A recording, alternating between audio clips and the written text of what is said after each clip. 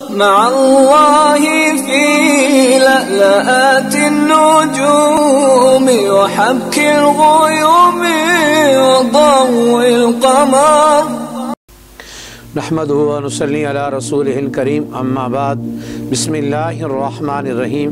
معزز خواتین و حضرات، السلام علیکم ورحمۃ اللہ وبرکاتہ۔ میں آپ کی خدمت میں حاضر ہوں پروگرام سنہری باتوں کے ساتھ، اور ایک صاحب نے سوال کیا ہے کہ ایک آدمی فجر، مغرب اور عشاء کی نماز اکیلے پڑھ رہا ہے، اس کے ساتھ ایک آدمی اور آ کر شریک ہو جاتا ہے۔ اب یہ آدمی نماز کو کس طرح مکمل کرے گا؟ مسئلہ میں دوبارہ دہرا دیتا ہوں۔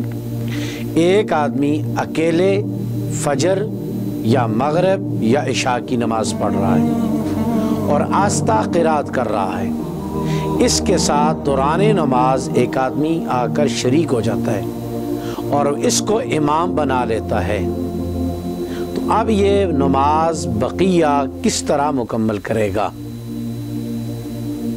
تو یاد رکھیے، اگر ایک آدمی فجر، مغرب اور عشاء کی نماز اکیلے پڑھ رہا ہے، اس صورت میں اس کو اختیار ہے اونچی آواز سے قرات کرے یا آہستہ آواز سے قرات کرے۔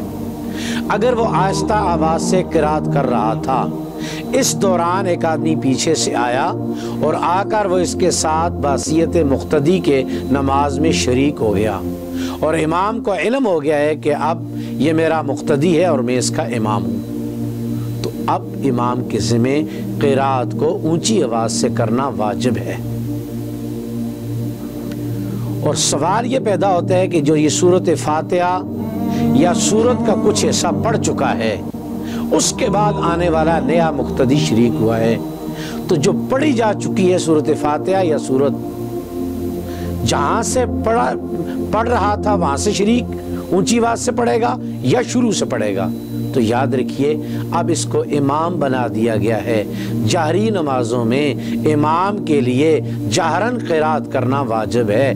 اس امام کے ذمہ مسئلے کی روح سے اب لازم ہو چکا ہے فاتحہ کو بھی بلند آواز سے پڑھے اور سورت کو بھی بلند آواز سے پڑھے۔